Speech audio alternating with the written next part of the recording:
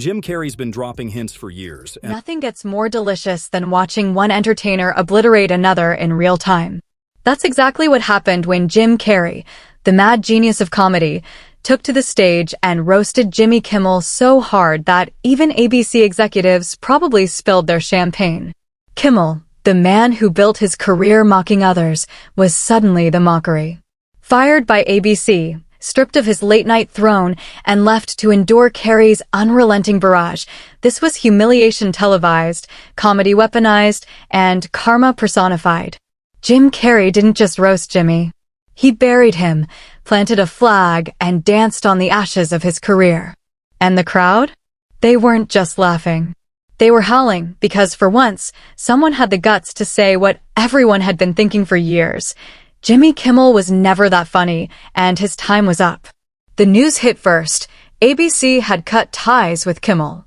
To some, shocking. To others, overdue. And to Jim Carrey? It was opportunity. With his trademark grin, Carrey walked on stage and delivered mock tears.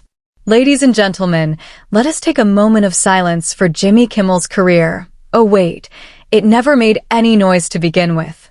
The audience erupted and Kimmel, sitting awkwardly in the wings, froze. Carrey's timing was flawless. He didn't need props, didn't need gimmicks. Just the truth, dressed up in sarcasm. Carrey continued, "You know, Jimmy's firing wasn't personal. ABC just realized their laugh track was pulling in higher ratings.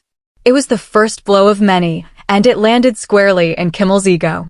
Carrey, ever the physical comic, took it up a notch. He pulled invisible strings in the air, pretending to be Jimmy on ABC. "Hello, America. I'm Jimmy Kimmel, and tonight I'll be reading tweets you already saw at lunchtime, but slower." The crowd roared as Carrey's marionette arms flailed.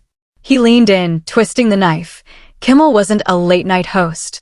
He was a karaoke machine for jokes other people already wrote. The satire was savage because it wasn't entirely untrue. Kimmel's critics have long accused him of playing it safe, pandering to networks and regurgitating political punchlines. Carrey distilled all that into one skit that left the audience gasping for air. And then Carrey roasted the firing itself. ABC didn't fire Jimmy. They upgraded. For years, they pressed mute every time he spoke. Tonight, they finally found the remote. The crowd clapped, and Carrey went further. Rumor has it, ABC executives spun a wheel. Fallon, Colbert, Myers. But then someone said, "Why not just fire the one nobody's watching?" Carrey was merciless, and Kimmel sat powerless. For years, he had roasted politicians, celebrities, and nobodies.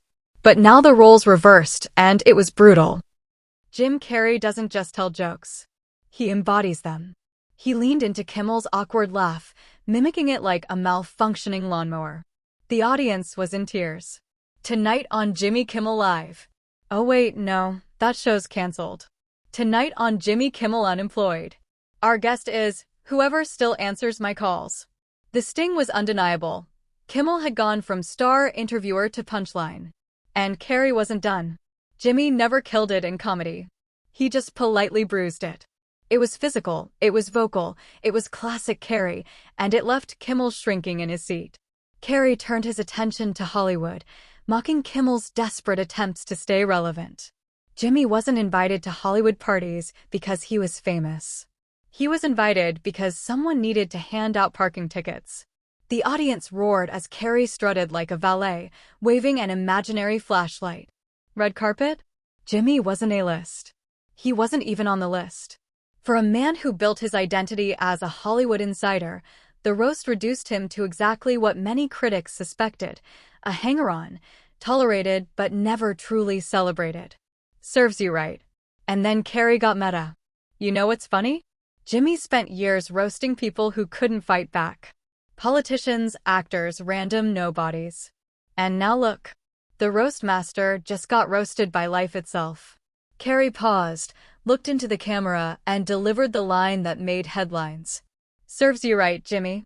You made a career out of mocking people, but at least they got invited back. The crowd exploded. It wasn't just a roast. It was poetic justice. Carrey wasn't content to stop there. He mocked Kimmel's career reboot. Next up, Jimmy hosts bingo night at the Glendale Community Center. Or maybe a podcast, Archetypes 2.0, co-hosted with Meghan Markle. Or my favorite, Jimmy Kimmel Live-ish, on YouTube, every other Tuesday if the Wi-Fi works. The humiliation was complete. Kimmel wasn't just out of a job. He was out of a future. Finally, Carrey crowned himself. Comedy is about honesty. And Jimmy tried to play it safe. That's why he's gone. ABC didn't cancel him. The audience did. And tonight, I stand here as proof that if you can't bring the laughs, He said it right the to Jimmy laughs will Kimmel's come for face, you. wrapped in Then just Carrey enough sugar delivered and the hammer. slapstick to make it Jimmy untouchable. didn't lose to me. He lost to himself. And I'm just here to narrate the funeral. The crowd stood, laughing, clapping, and cheering. Carrey had done it. He hadn't just roasted Jimmy Kimmel. He had carved his career into comedy rubble. And there it was, Jim Carrey's merciless, hilarious takedown of Jimmy Kimmel. A live roast so savage that it felt less like comedy and more like karmic revenge. Kimmel, who once prided himself on mocking others, became the mockery. And Carrey, the master of chaos, reminded the world why he's still untouchable. So if you enjoyed watching Kimmel's career go up in smoke, smash that like button. If you want every meltdown, every hour,